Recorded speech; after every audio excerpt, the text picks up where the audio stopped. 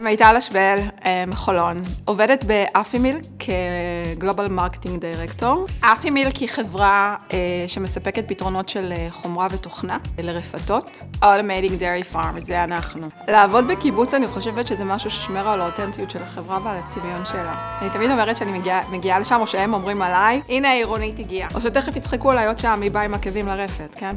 גלובל מרקטינג דירקטור באפימיל אומר לעבוד מול המון טריטוריות ברחבי העולם, מדינות שונות, תרבויות שונות. אקסטרמייל נותנים ביטוי מאוד גבוה, חשיבות עצומה לבניית מערכת יחסים. מילה הראשונה שעולה לי לראש היא חברות ושותפות. אז אנחנו מנהלים את אפימילק מאז מרץ, לי ואני מנהלים ביחד, מה שקשור לקידום ממומן, בלינקדאין, בפייסבוק, בגוגל, טוויטר, טאבולה, whatever. הפעילות המשותפת עם אקסטרמייל הביאה לתוצאות חיוביות כבר. אנחנו חוגגים יחד הצלחות משותפות, גם בדרך ההתנהלות שלהם של פגישות שבועיות, גם להרים טלפון באמצע שום מקום. אני רואה אותנו כצוות. אני לא צריכה לחלוב את אקסטרמייל לקבלת נתונים, מסקנות, דוחות. אנחנו מרגישים שיש לנו הרבה בשר לעבוד איתו. כאילו, יש פה איזשהו כפתור רדיו שכל הזמן צריך לכוון, להשתפר, לטייב, להשיג את המסקנות. ממש ישבו ועשו כמו אונבורדינג כאחד העובדים אצלנו, ולמדו מה אנחנו עושים. זה האקסטרמייל מבחינתי. מאוד שמחתי שהם נכנסו לאוטו ובאו אלינו לקיבוץ. קמתי ב5